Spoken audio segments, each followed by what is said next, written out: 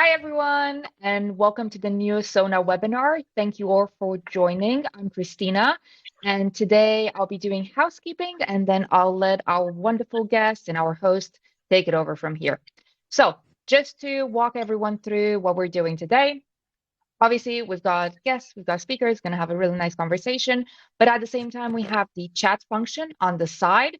So if you have anything that you want to send to us, say to us, any comments, any impressions, please make full use of it. The Sona team will be in the chat, and any questions you might have, feel free to ask them whenever you want to ask them. Like I said, we encourage comments, questions, but we'll also be posting 2 polls throughout the conversation, so keep an eye out. There's some interesting questions in there.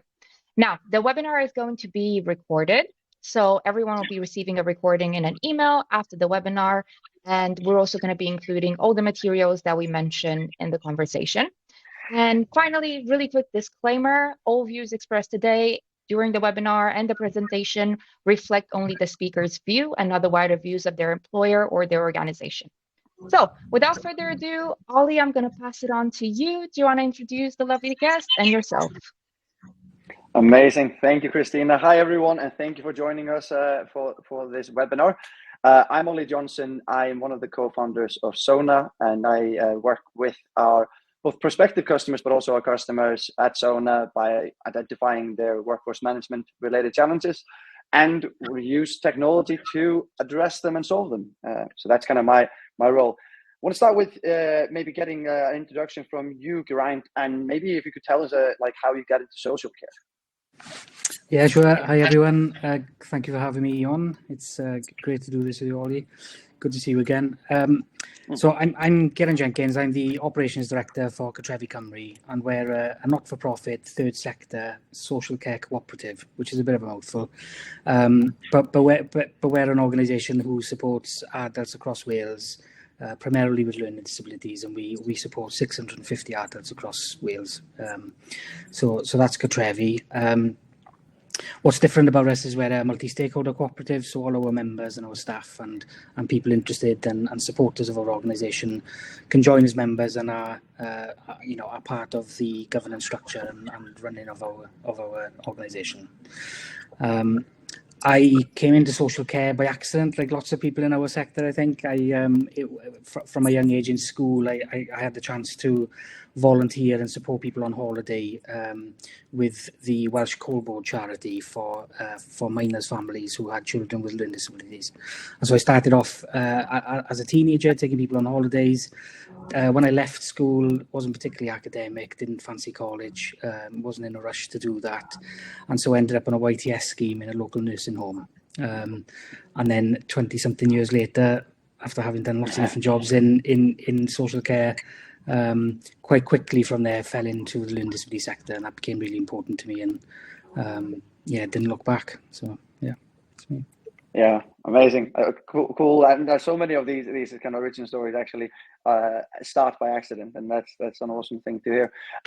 Matthew, over to you. If you would introduce yourself and Borderless. Thanks, Oli. Super excited to be here. Thank you very much for having us. So my name is Matthew. I'm the CEO and co-founder of a company called Borderless. Borderless is a technology platform which is helping a growing number of care providers across the UK with all things to do with hiring and sponsorship.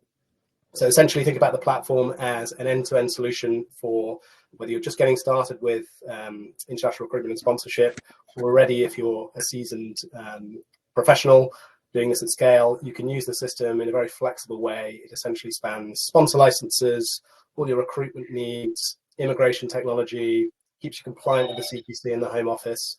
And don't forget, there's always a full team of people behind the company if anything goes amiss. So that's what we're doing, and we're super excited to be here today.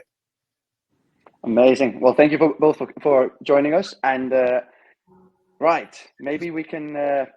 First of all, I reckon we'll have a pretty good and interesting conversation and different viewpoints, I suspect, based on just those two introductions. First of all, though, maybe we can start by just like defining what a good outcome in kind of social care is. And so maybe, Geraint, if you could start and just talk about, what is a good outcome for people in your organization, as well as, I guess, for the people that work in your organization, both the people you support, but also your employees? Yeah, sure. I suppose we support people to live a great life. So our history is closing down long stay institutions and hospitals that was the main offer a couple of decades ago for people who learn disabilities, and moving them into the community. So they're tenants in their own rights. They live in their own homes with their own tenancy agreements, and our role is to help them live fulfilled lives in the community, and that's different for every person we support. There's some consistencies there. You know, people generally want a home that meets their needs, and want meaningful relationships, and be really networked into their community and seen as valued contributors and participants in their community, and they need a really well-tuned integrated staff team to make that happen, as well as all sort of unpaid networks of support that we try to help people with as well. So our aim is to do that for people, and that's different for every individual. And to be honest, we don't want much different for our staff. You know, our staff need the same. Yeah. They need to be valued, respected, seen as professionals as they are. We're constantly battling for parity with the NHS colleagues. You know, social care is seen as a bit of a second-tier service to our NHS services at times, and that's something we're constantly battling. But yeah, so rewarded well, feeling valued, feeling like they've got a career, feeling supported, and making a difference with the people we support. And I suppose if you can get them two things done really well, you're onto a winner, and that's much easier to say than do. So. Yeah, it is I mean, it's a cycle for sure. A virtuous one when it goes well, and a vicious one as well if it goes poorly. Matthew, over to you. What is a good outcome for people Borderless supports? Yeah, I think this is very much related to how Borderless even came about in the first place, and frankly why we exist as a company. So we exist essentially to improve economic outcomes across the world, reduce the levels of economic inequality, and essentially through the process of international recruitment and facilitating a move from people abroad into the UK, we're reducing those barriers, breaking down those borders, as it were, to that process. So we, in our company, we essentially have two stakeholders. We have a system that focuses on employers, and obviously a system that applies for candidates. And so outcomes for employers, what's a great outcome for an employer? They've been through the process in a very, very fast, smooth, efficient way. The status quo right now is either do everything yourself, and that, as you can imagine, when you're busy running a care organization, is not necessarily completely practical, or you can use a third-party solution. There are some great third-party solutions out there, but they do vary, and sometimes you lose control, and often they come at a high cost. So with Borderless, that's what we're really about as a mission. And so it's all for the employers. It's all about reducing time, saving the money, lowering the costs, lowering the risks associated with the process. For candidates, I'm sure you don't need me to tell you that there's a very opportunist, murky, opaque system where candidates can be charged lots of money to come to the UK. We're all about, as a company, adding transparency to that mix. We don't think it's fair that candidates are charged £20,000 to come to the UK. So a great outcome for a candidate is they've got to the UK in a fast, efficient way. They haven't paid any money to come to the UK, and they're working with an ethical employer. And they have a great match of expectations, both on the employer side, but also on the candidate side. So that person is going to feel comfortable, happy, satisfied in their job long term.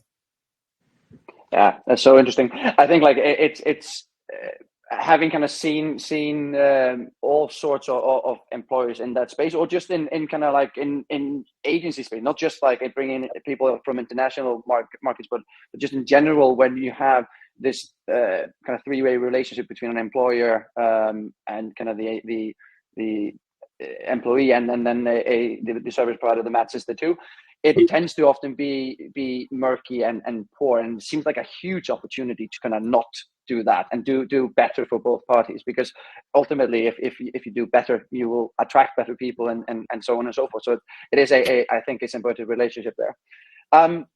Okay, that's good. That's a good starting point.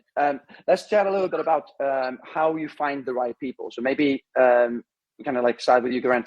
We're always under a huge amount of pressure to recruit as fast and quickly as possible, but also, you know, retain the people and make sure that we have the right people for our business. And so, you know, how do you go about finding the right people, especially when you're under pressure? Yeah, it's a great question. I suppose I should caveat this is we don't get it right all the time, you know, ourselves. And I think if there's any organization there that says they've got it nailed, we'd really like to hear from them, because it's really tough to get it right all the time. But there's some things that make lots of sense. You know, we try to involve the people we support in our recruitment as much as possible. I think we're a little bit niche in the learning disability sector, in that there's lots of lone working. People spend huge amounts of their time with our staff, and it's really important to us that they have staff that they get on with and have shared interests with, and so it's important they're involved in the process. And there's lots of ways to do that to make it accessible. The other thing we struggle to do, we've gone really stale over the pandemic, and part of the work we've done across Wales recently is to try and get an influx of rich material for recruitment to put across the fun in the job.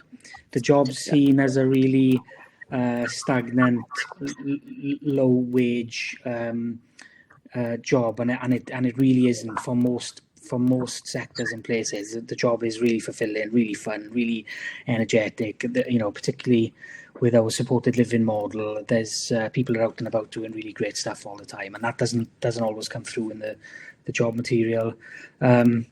Hyper-local approach works really well in Wales, and I suspect you'd see similar parallels in England and Scotland, where there's, you know, the rurality aspect of our geography means you've got to really sort of get integrated into communities. You've got to get into the corner shops. You've got to get word of mouth. You've got to get people talking positively about your services to gain that sort of that, you know, valid sort of referral then from people who know you well.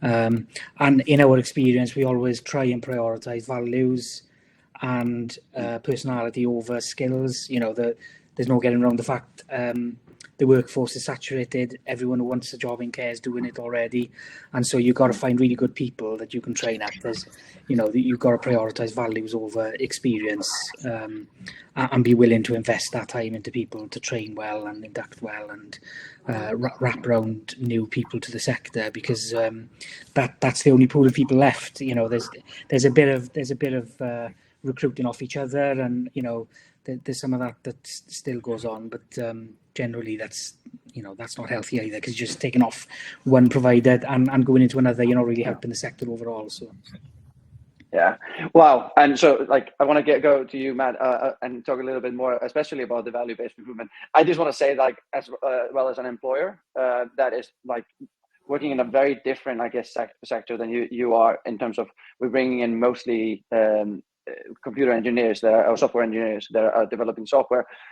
I think value-based recruitment is the only recruitment that makes sense. As in, like, I'd rather, like, I like, no amount of good skills can actually overcome the lack of the kind of right fit on a value basis, in my opinion. But I think Matthew, you have a view on this matter, I think. Yeah, totally. I mean, I think you're absolutely right. Every recruitment, every person you bring into the company needs to have a strong cultural fit. They must have the right values to work with the organization, or it's just not going to work, right?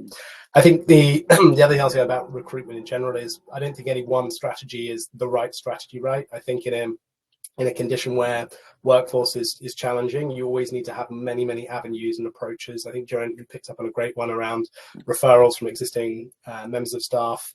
There's many ways that you can, you should keep your options open. And I think, you know, with regard to hiring and sponsorship, I think that's why the number of employers in the care sector has gone from 30 to 60, 70% of the market now has a sponsor license. Because if you don't have a sponsor license, you can't sponsor workers in the UK who need sponsorship, and you can't access a global talent pool. So you need to have those options available to you.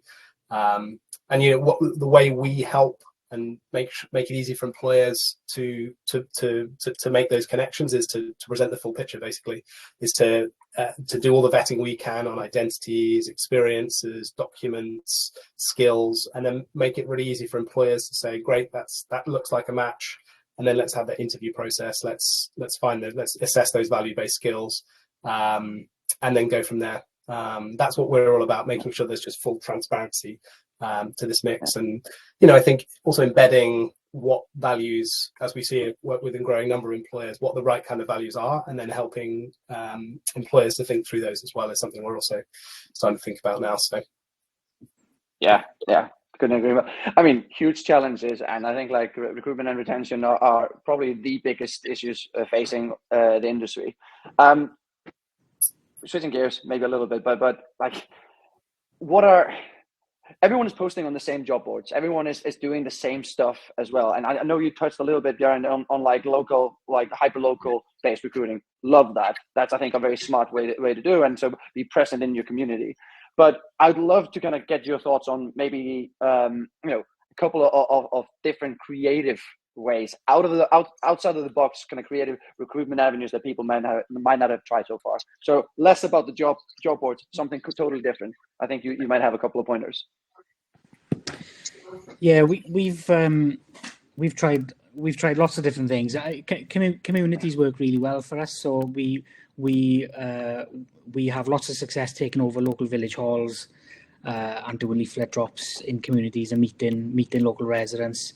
We engage quite heavily with workforces in the area, and you know, we're kind of in tune with communities, so the minute you hear of organisations winding up or closing, or there's you know, turmoil for other job markets and other sectors in the area, we're quite quick to respond to that and support communities by saying, you know, have you thought of a career in social care, and sort of having that sort of direct, proactive approach.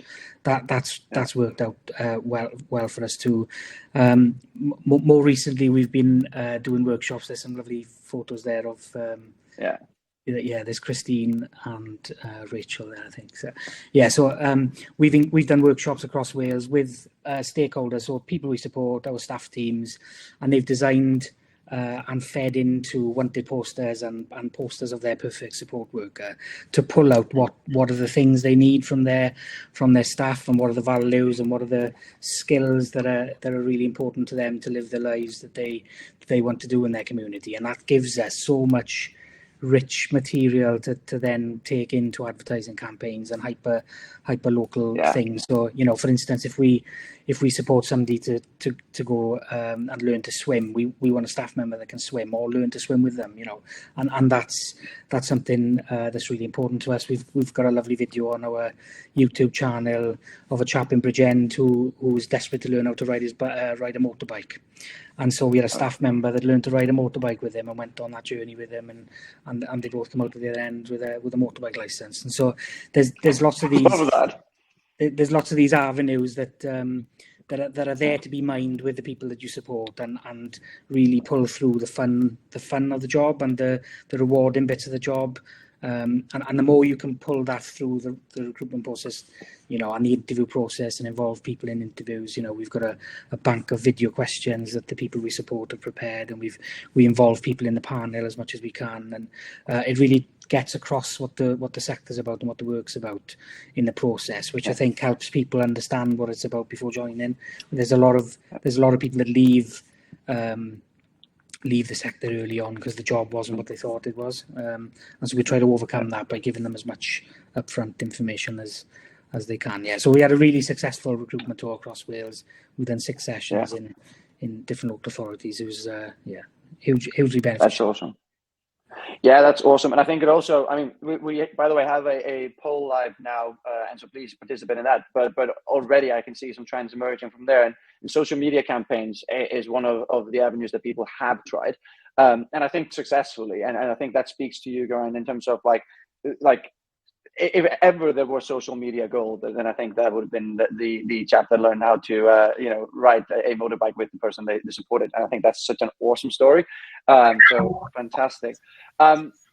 I want to stay a little bit longer with you because Geraint, and just talk about an avenue that I think is like just based on the poll results, like maybe less explored, and then we can go to you, Matthew, on the back of it. But just have you tried any like international recruitment, Geraint, and kind of what has been your experience with it? And then Matthew can talk about it a little bit more. Yeah, sure. So we've got a sponsorship license. We've got a small package there. Our experience has been very small but very positive. So the people that we have engaged on the sponsorship program have really worked out well, and that's been a positive experience. I'm aware of other colleagues in other organisations that have done it on a larger scale to us and have struggled with doing it at scale. Sorry, I'm not sure if it's just me. I'm getting a bit of feedback. Yeah, it's a bit of feedback yeah. coming through. Yeah, there we go. That's better. So we've done it to a small extent. It's worked well. I'm aware of other organisations that have really struggled to do it at scale, and I think a lot of the lessons that have been learned there are around how much support and wrap-round support you need to pay attention to in terms of doing that really well. People join the sector from different countries with different cultural approaches to support, and sort of sector orientation is really key. But also the pastoral support that needs to come around it. People need help get embedded into teams and get embedded into communities and getting their housing sorted and getting schools sorted for their families, and getting all of that wrap-round support is super important. I think if that's going to be something that you explore heavily, and so we're on the cusp of that journey, and we're not sure where that's going to take us, but we want to start small, do it well, and then get better at it, more than trying to use it as a reactive measure to plug the gaps, which is where some people have been tempted down that road, and it's not paid off because they haven't invested the time and support into it. So yeah, I think that's a great shout. I think we might have an international recruitment expert on the panel. So maybe handing over to you briefly, Matthew, to talk about some of the tips and tricks and kind of what to keep in mind when going down that avenue. Yeah, totally. I think there's a lot of what's the right word, sort of misconceptions almost when it comes to international recruitment. And I think Geraint brings up some really interesting and valuable points around how to do it correctly and how not to approach it. It definitely shouldn't be something which is a panic driven, must hire someone immediately, race into it. It needs to be carefully thought out and considered, because there is a lot to it. And you at a surface level, yes, after a several number of hours of research, you can understand it, but actually going through the process is probably quite different as you first go through it. So I think it definitely should be a very considered thing. I think some of the interesting things that we hear from people considering are, it's really varied kind of things. I think some people are concerned about the impact it's going to have if you don't have any international staff. How do they fit in with the current staff base? How does that impact the service users?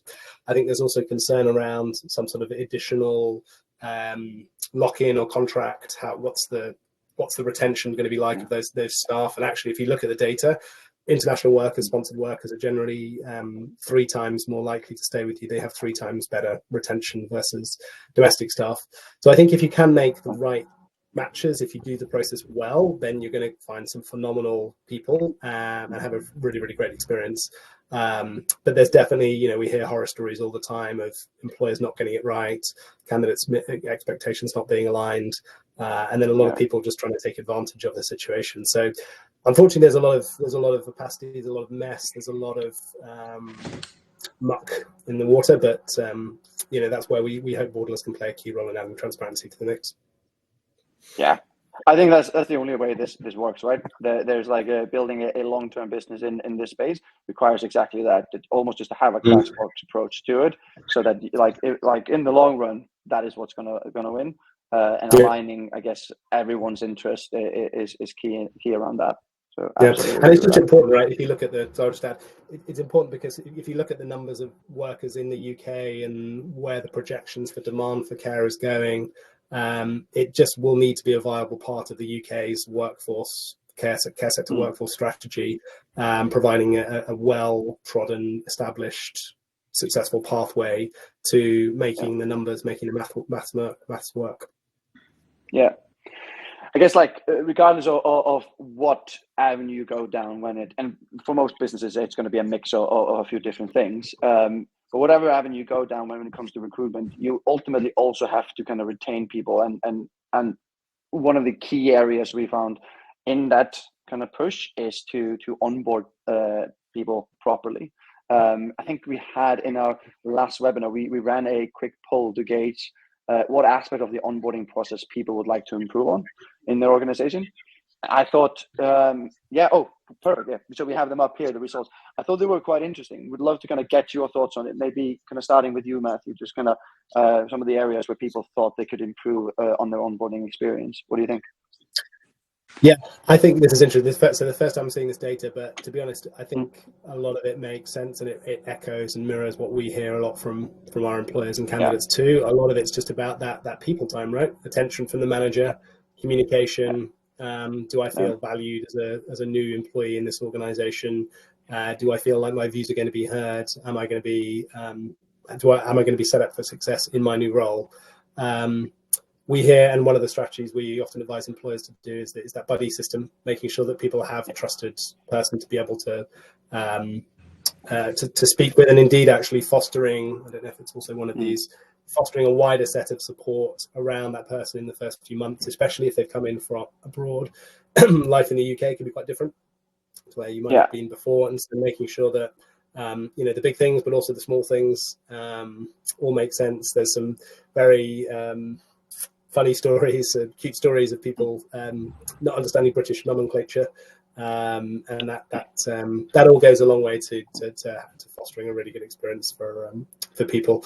And I think where employers, I'd say, are relatively, getting this right from the beginning takes time, but then it's also something which, if you invest in, it's going to pay dividends multiple times in the future.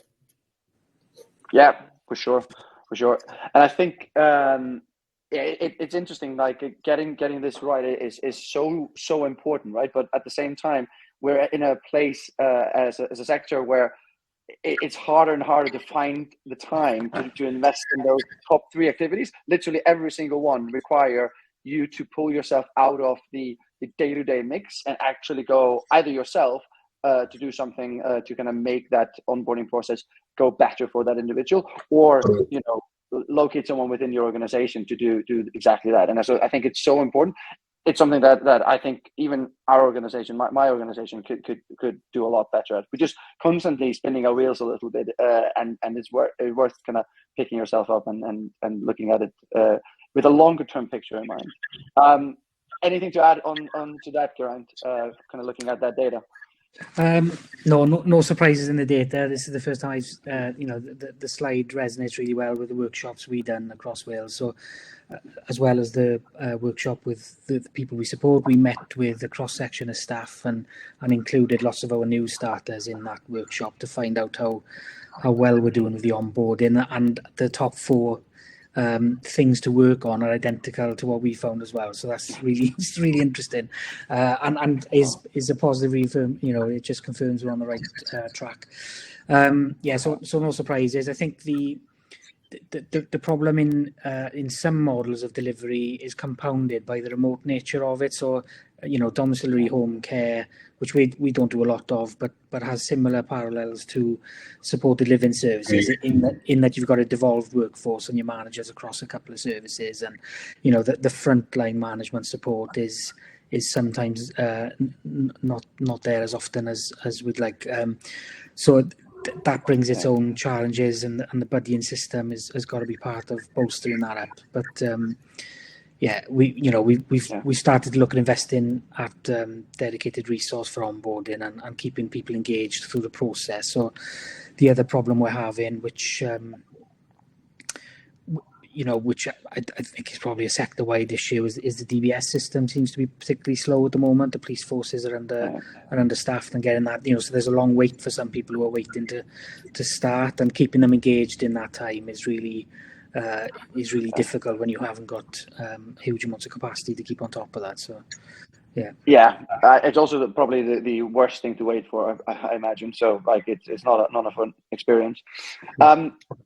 There's always going to be like some amount of churn or some employees leaving, which is just outside of the organization's control. They might be retiring or relocating or whatever that might be. But there are some, people that are leaving both individual organizations and the sector because they're feeling burned out or they're unhappy with their day-to-day kind of role how do you kind of spot warning signs early? Kind of, have you seen any clever ways of doing that in your experience, Geraint? Yeah, it's something we're trying to constantly evolve and get better at. I think a lot of it relies on good manager support and good manager training. So as an organisation, historically, probably as a sector historically, we're guilty at looking at the lagging measures. So we'll look at sickness, attendance, conduct, disciplinaries, safeguarding stuff. Are people being supported to meet their outcomes? Family and external concerns. Them things are lagging measures. They're good data to inform how well you've done, absolutely. but it's too late by then. You're on the way out. So we try and balance that with looking at the leading measures, which are much more relationship based. They rely on good relationships with frontline managers and staff, as well as systems that are currently evolving to help us get that done better. Historically, it's been a face-to-face thing. So you look at staff withdrawing from the service or not interacting confidently and feeling like they're not settling. You look at training attendance, you look at engagement with their manager, how well they're settling in with the team dynamics is a big part of social care workforces, and if that's done poorly or not managed well, you can really suffer in terms of people leaving. Stressful incidents and post-incident support is something we, particularly in our sector, really need to pay attention to, because the job can be quite stressful and people are lone working. People don't always have really good peer support around them. So keeping on top of them things in real time is super critical. And looking at sort of incident frequency and things. So you're looking at them are the leading measures that will end up, if not paid attention to, will result in the lagging measures, which is where all your cost is. And you can look at, you can spend time with KPIs around, cost of employment and cost of turnover and things, which they're good measures to have, but they're more like sort of evidence to invest in solving the leading measure pressure versus the lagging measure. So.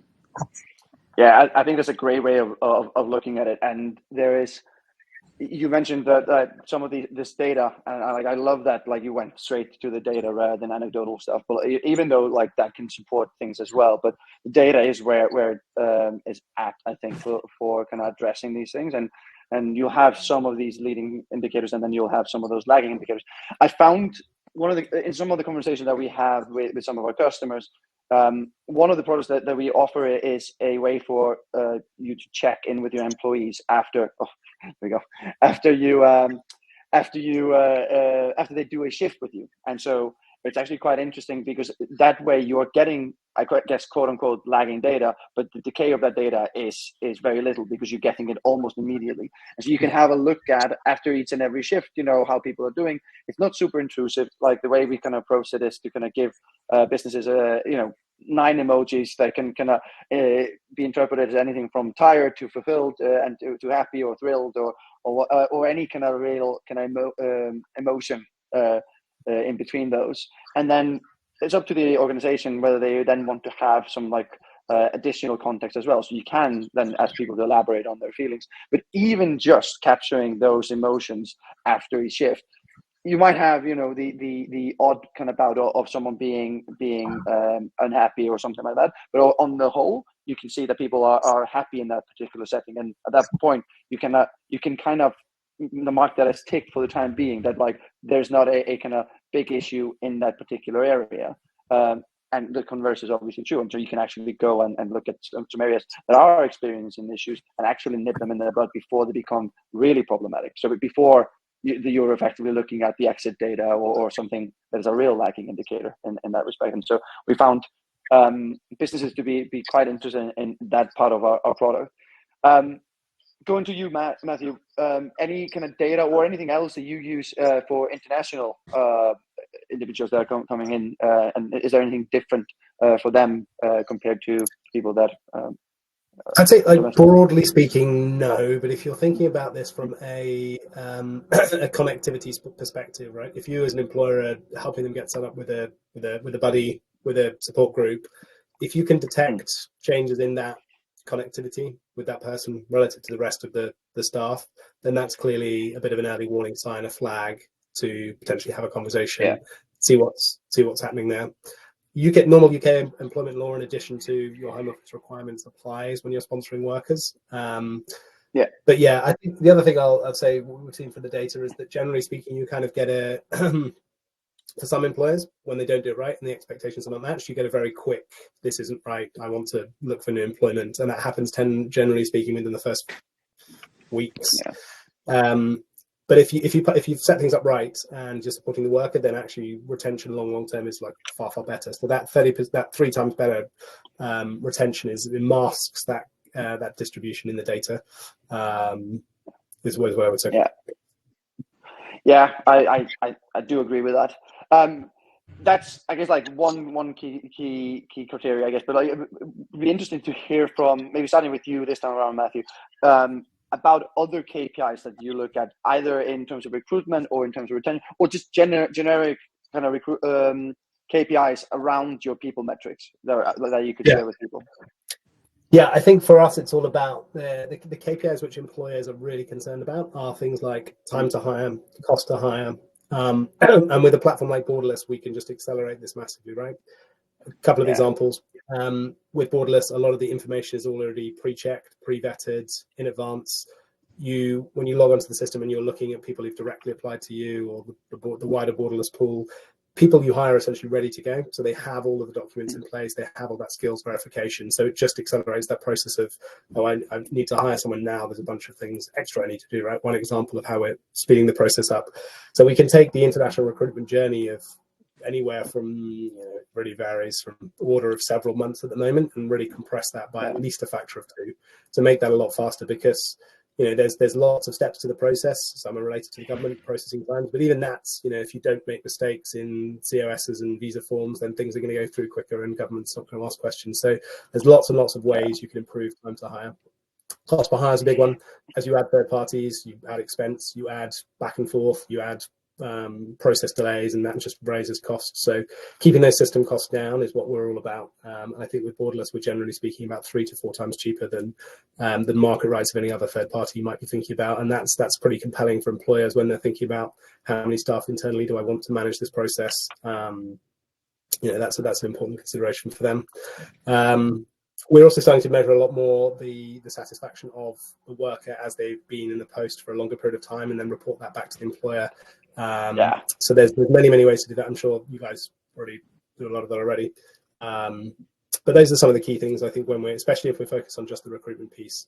It's all about how do I run an efficient process, and how do I make sure I don't have a leaky bucket on the other side. Yeah, and that's so interesting, right? And I guess like getting that feedback from someone that has been in the post for a while also gives you a better idea of their employer, and kind of you can get a sense for how good they are to work with and stuff like that. So ultimately you want to kind of keep that relationship going for as long as possible, I guess, but only on the basis that they are good to people, so that you don't have to burn through your candidates. Yeah, you get the 2 sides to any story. Yeah, of course. What about you, Geraint? Like, what are some of the KPIs that you are evaluating beyond the ones that we already talked about? Yeah, we're interested in all the usual stuff: cost per hire, average, how long somebody's with us. There's 2 milestones we found: 6 months. If people stay with us for 6 months, the odds of them staying increase. After a year, it increases dramatically. So if they've been with us a year, people tend to have long careers with us, and that's really lovely to see. And so I think it was Sarah mentioned something similar in the chat, that her organisation was having similar experiences, and it just does emphasise how critical it is to hone in on young people joining the sector and wrapping around them. We also like to track leaver data to see, because we get lots of people who use this as a stepping stone, and that's really lovely. So lots of people leave us to become social workers and become health professionals and go on to do other great stuff, and that's great as well, because that helps as much as it's leaver data, it helps recruitment, because you can show people as a career pathway, and we support people to move on well. So all of that is really important. The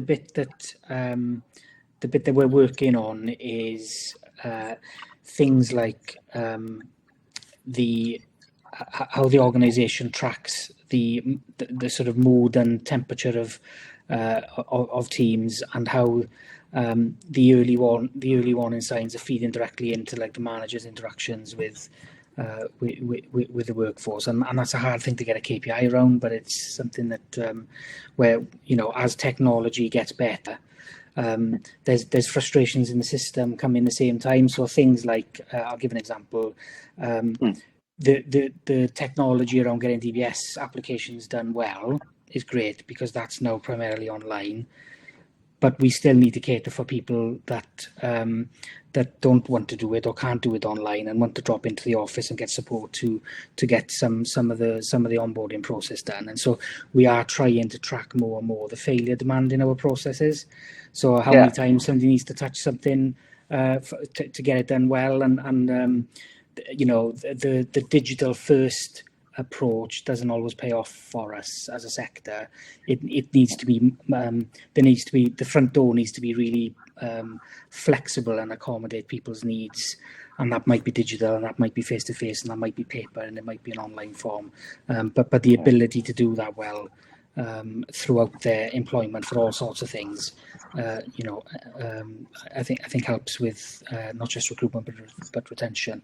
We're on this big digital push. You know, we're digitally transforming as an organisation lots of our systems, and so we are going digital first in lots of areas. But you can't underestimate the wraparound support that's needed to do that well with our sector and the digital skill sets in our sector. You know, we employ people to be great support workers. They're not always great at you know, the digital skill stuff needs lots of support. It's interesting, right? There's cost per hire, average tenure, percentage of new hires passing the 90-day probation, employee satisfaction, etc. There's a lot of KPIs, I think, that we've kind of talked through already, and there's others that are also kind of worth, you know, thinking about with regards to your general kind of workforce strategy. Some of them are complementary, and some of them are at odds with each other, right? And it can feel a little bit, I think, overwhelming. We, incidentally enough, have actually recently, I think it's in the last couple of days, released a new hire and retain playbook that we put together with some organization and for organizations to help them better identify what their kind of main KPI is, or the main KPIs are for their people strategy. And this is mainly so that if you got competing priorities, or if there's kind of different things that you can resource at any given point in time, identifying which one is the most pressing one and can give you the most bang for the buck is super, super important. And so we kind of put this playbook together, both on the kind of recruitment, but also on the retention side of things. And so we will send a link out to everyone that kind of signed up for this webinar.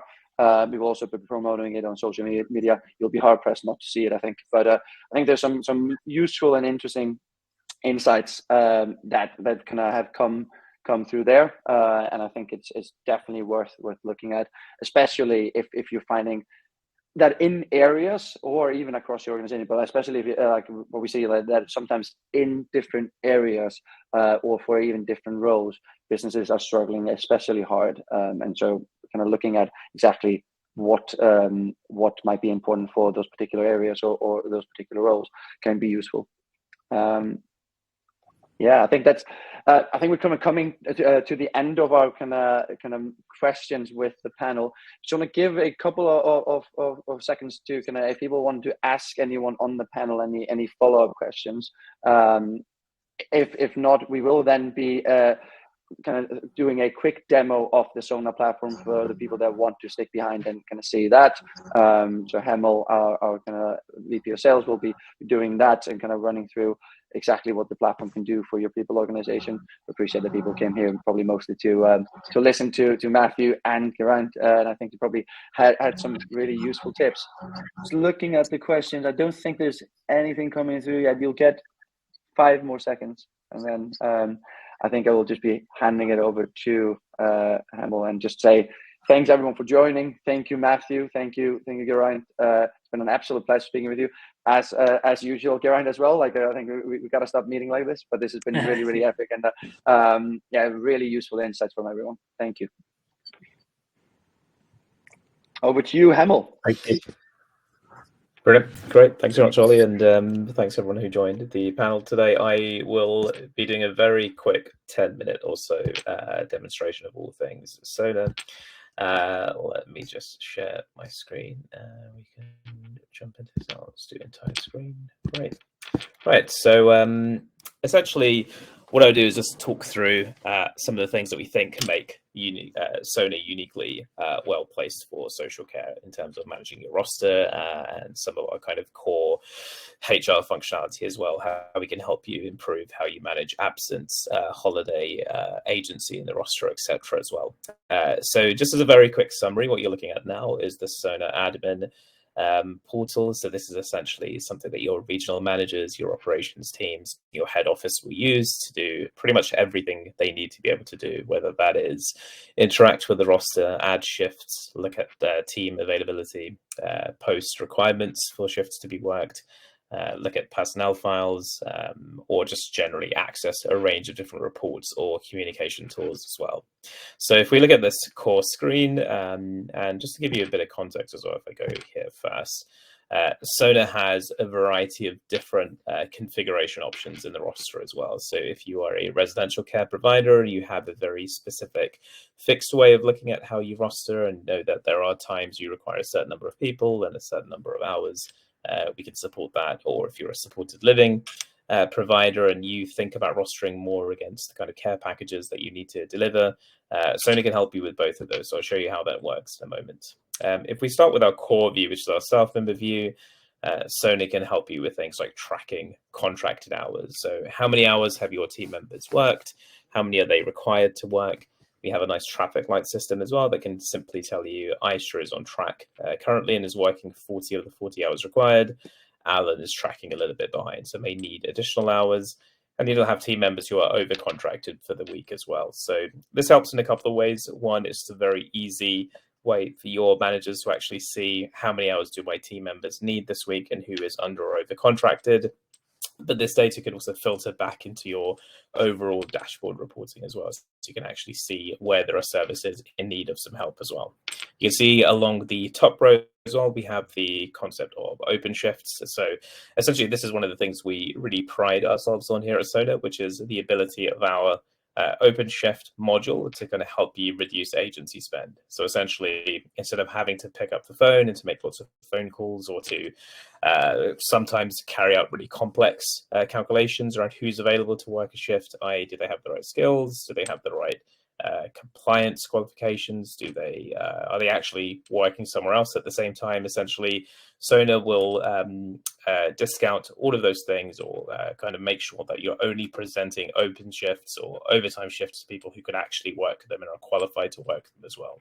And to do that, you just click on the day you require a shift to be worked, choose open shift, choose the shift type that you want worked. Let's pick sleeps or nights. You can see here as well, there's an example of a shift which requires dementia training. So all of this is kind of built into how Sona is configured. We'll click save here. And essentially that will create a new shift for us as soon as that is published. Then essentially this is when the Sona algorithm will kick in and work out who is best placed to work that shift. So it's a nice kind of simple, clean roster view. Obviously you can do things like manage your absence from here as well. So if I needed to mark Aisha is absent on Wednesday, I could go into a shift and I could, actually this is actually in the past, so we can't do that. But if you wanted to go into an individual and kind of mark absence in the roster, you can do that. Let's go to a future week to show you how that works. So let's say I've got a message from Albert saying that he's not working today, go into a shift, mark as absent, and then Sona will ask me, why is Albert going to be absent today? It might be because of compassionate leave, let's say, or any of the configurable options you'd like, or maybe it's just normal sickness, for example. We'll then ask what we'd like to do with that absence as well. So Sona can automatically do things like post open shifts to replace a shift that now needs to be worked by someone else. So we'll mark this as absent, and Sona will instantly mark this shift as sickness and create an open shift accordingly as well. So essentially, all of these little automations hopefully make life a little bit easier when you're managing your roster. So what else can Sona do on the roster side of things? If we go to the by role view, This is where Sona can help you to start to manage things like your commission hours, or can help you to take things like your dependency score data and help you to present this visually in the roster, so you know exactly how many people you need working certain role types as well. So a good example here is we have this set up to break each day into 3 separate segments. You have your AM segment, your PM segment, and your night segment. So essentially you need 3 carers or care assistants to work the AM, 3 in the PM, and 1 at night. That is all fully kind of visual in Sona. And as you add or remove shifts, these numbers will update accordingly. It also means we can filter this data back into a safe staffing dashboard for you, let's say. So if you wanted a very high level of view across all your services to see where you are understaffed, where you're potentially overstaffed as well, you can see an example of that in the AM here. We can do all of that for you as well. So essentially, it's giving your teams all of the information they need to have to actually properly manage the roster. I'd highlight something else here as well. If we scroll into this view, you can see that there is a shift here on Monday that is actually slightly faded. So it doesn't look like the other shifts. And it's a small thing, but it's something that's worth drawing attention to as well. So because Sona operates in a brand new code base, essentially, we built our platform very much with individual team members in mind. So what that means is wherever a staff member appears in the roster in Sona, even if it's a different service to the one they typically work at, their working data will always appear next to them as well. So a good example here is Alan is someone who typically, let's say, works at Angel View, but you may have another service called Bridge Flats, and Alan may have the ability to work at Bridge Flats, and that's something you can control as well. So despite that, that shift still appears on the Angel View roster. So essentially, what does that mean? It means it's impossible to double book someone in Sona, because wherever they work, whether they can work multiple role types, they have multiple contracts, or they can work across multiple services, the shifts they're working will always appear against their name in the roster too. So if we now move over quickly to the people we support view, so let's go to Bridge Flats Supported Living. Your way of viewing the roster may be completely different to that. So essentially, you may think about it more in terms of the people you are supporting rather than the location where support is being provided or care is being provided, for example. So in this case, let's minimize all these fields. You can see that this service, so Bridge Flats Supported Living, is a supported living service with 6 different residents who receive care and support. If we expand Anna, you can see now that we have a kind of completely flipped view of how the roster should be structured. So we're no longer thinking about just team members or staff members and their contracted hours. We're now thinking about the care package requirements that each of these people you support require. So we have Anna, who requires 1-to-1 care each week, so 40 hours of that. Anna also requires 2-to-1 care each week, some shared sleep-ins as well as some waking nights as well. So it's quite a complex range of needs, and typically a lot of rostering systems will struggle to kind of accommodate that kind of setup on a roster. Whereas with Sona, it's very much built into how you can operate. So you could have 2 services, one of them only using the by role view and the staff member view, and another one only using the staff member view and the by people we support view. So essentially, it can be different service by service. So if you're mixed care, you have a range of different needs. Sona can also accommodate for that as well. So why is this useful? I was going to dig into this a bit more. You can see that the difference here is typically in a roster view, you will look at the type of shift that's being worked. So the shift card will be care, or the shift card will say nursing, support, or whatever it might be. Whereas with the people we support view, the shift cards are actually your team members. So they are the carers or the support workers who are actually going to be providing this care. Now, for a 1-to-1 care shift, that could be fairly straightforward. And you can see here was planning or did provide some 1-to-1 care to Anna yesterday. But when you have shared care shifts, so essentially where somebody needs to provide care to multiple individuals, that could be a bit more difficult to kind of accommodate as well. So you can see here, it's quite easy to seamlessly add in 2 shifts of 2-to-1 care each day for Anna. So you can see Aidan and Jude are both providing care at the same time against the shift. If we go further down, you may have a situation like this where actually you need a shared sleep in. So there are 6 or 7 different individuals. All of them require somebody to be on premises or to be at the facility overnight. That's very simple to do in Sona. So essentially we can add in, let's say we got Vincent here, who is providing the shared sleep in on Monday night. If we scroll over the shift card, you can see that each Sona shift can actually be tagged against a person being supported. So why is this useful? Well, essentially, you don't need to create the shift 6 different times. If we scroll down to Harold, and we see that Harold also has a requirement for shared sleep-ins, and you can see that Vincent is providing that same shared sleep-in support for Harold as well. And if we scroll over this shift card, you can see it's the same individual as being tagged. So essentially, you're just creating a shift once and tagging it against multiple people you support. What that means is, from a reporting perspective, there's no risk of paying Vincent 7 times for having worked 7 shifts, for example, or there's no risk of potentially having issues with your eventual invoicing on the back of that too. So the idea is, regardless of the kind of configuration or setup that you'd like to have, Sona can kind of help you to accommodate that too. If we go back to the staff member view, we talk a little bit about, and let's go to Angel View Residential Care. We'll talk a little bit about payroll processing as well. So essentially, every shift that is worked on Sona needs to be clocked into or clocked out of, depending on the configuration as well, if that's something that you're looking to do. Our TNA module is built into the Sona app, so people can clock in and out of shifts using their mobile device, or we do have a kiosk mode as well if people want to be able to clock in and out from a tablet as they arrive at a service. The key thing that we can offer is a really simple to use process for your managers with built-in tolerance as well. So what I mean by that is, you can see some of yesterday's shifts have these little green flags associated to them. These are essentially shifts that need to be approved for payroll. So to do that in Sona, you would simply click on the flag, click on process pay query.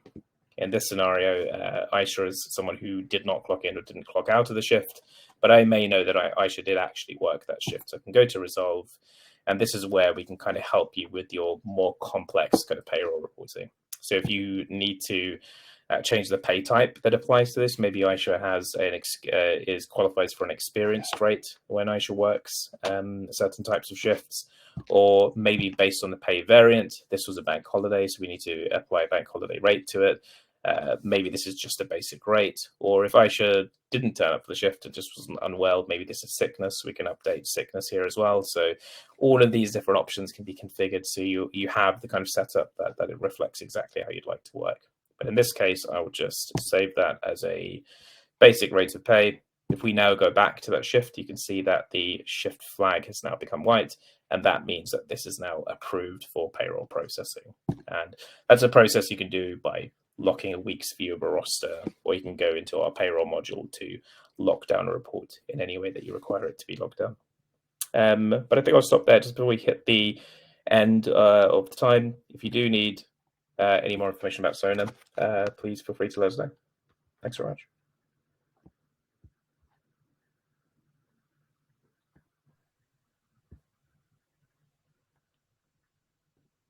Thank you, everyone, for joining, and we'll be sending out the recording soon. Have a lovely day. Goodbye. Thank you.